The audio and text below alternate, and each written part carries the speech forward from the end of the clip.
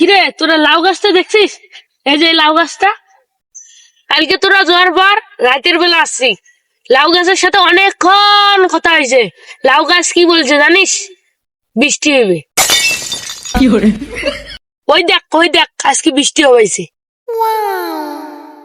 আসলে তো রে, ঠিক ঠিক। এই পিছনের দিঘিতে দেখছিস?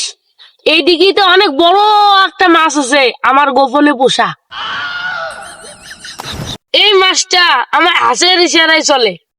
আমি যদি বলি লাফাও, ও লাফাবে। আমি যদি বলি কাউকে দেখা দিবি না, ও কাককে দেখা দিবে না।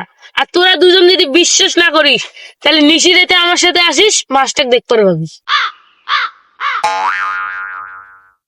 তোরা জানিস এই যে দিঘিটা তোরা দেখতেছিস না, এই দিঘিটা আগে নদী ছিল।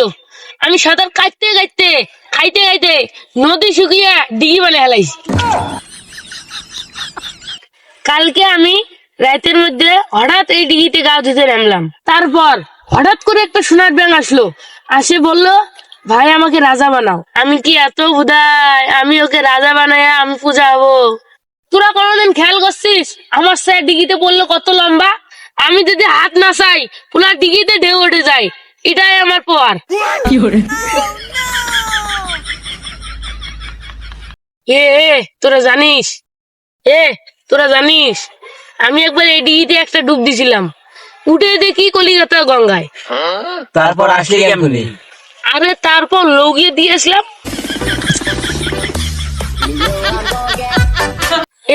এই দিঘিতে দেখতেছিস না কত এই দিঘির মাছগুলাকে কে সাঁতার শিখেছে? কে শিখেছে? আরে পাগলা, আমি রে, আমি এই দিঘির মাছেদের সাঁতার মাস্টার। শালার বালের গল্প।